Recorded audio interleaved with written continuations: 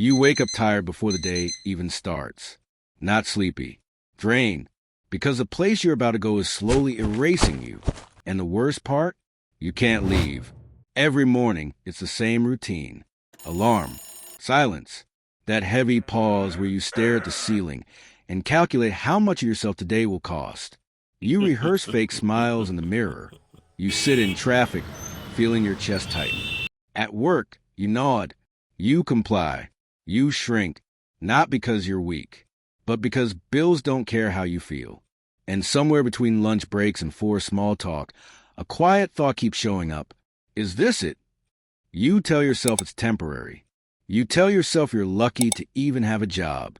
You tell yourself you'll figure out later. But later keeps moving. Here's the pattern nobody names out loud. You don't just hate your job. You're trapped in a psychological contract.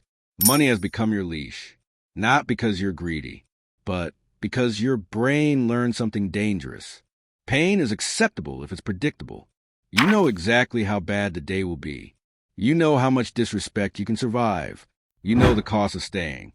And your mind prefers that over the unknown cost of leaving.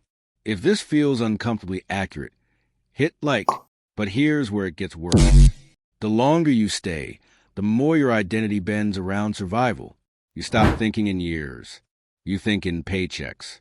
You stop asking what you want. You ask what you can tolerate. And slowly, without realizing it, you confuse endurance with responsibility. Here's the dark truth. Your job doesn't just take your time. It trains you to believe your freedom is irresponsible. That wanting more is reckless. That leaving is immature. That suffering quietly is what adults do. So you stay. Not because you must, but because staying feels morally safer than risking failure. I'll tell you a story.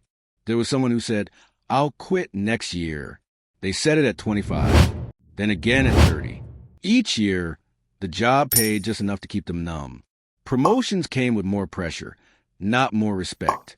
Days blurred together. One night, they realized something terrifying.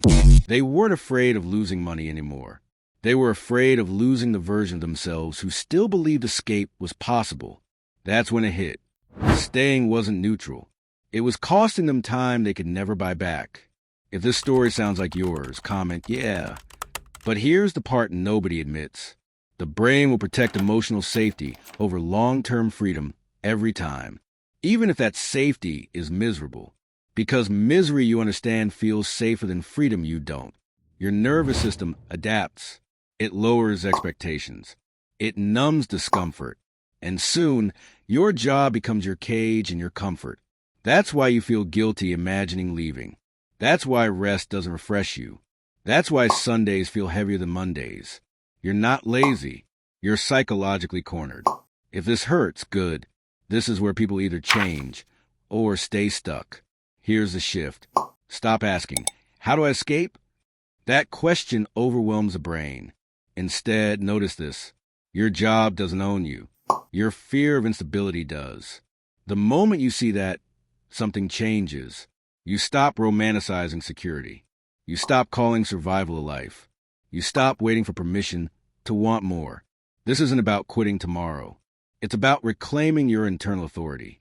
When your mind stops seeing money as a savior, it stops treating you like a prisoner. That's how real change starts.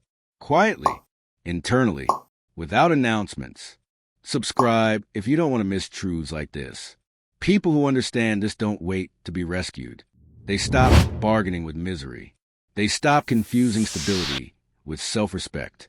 Your life changes the moment comfort stops being the goal. And you remember, needing money doesn't mean you deserve to disappear.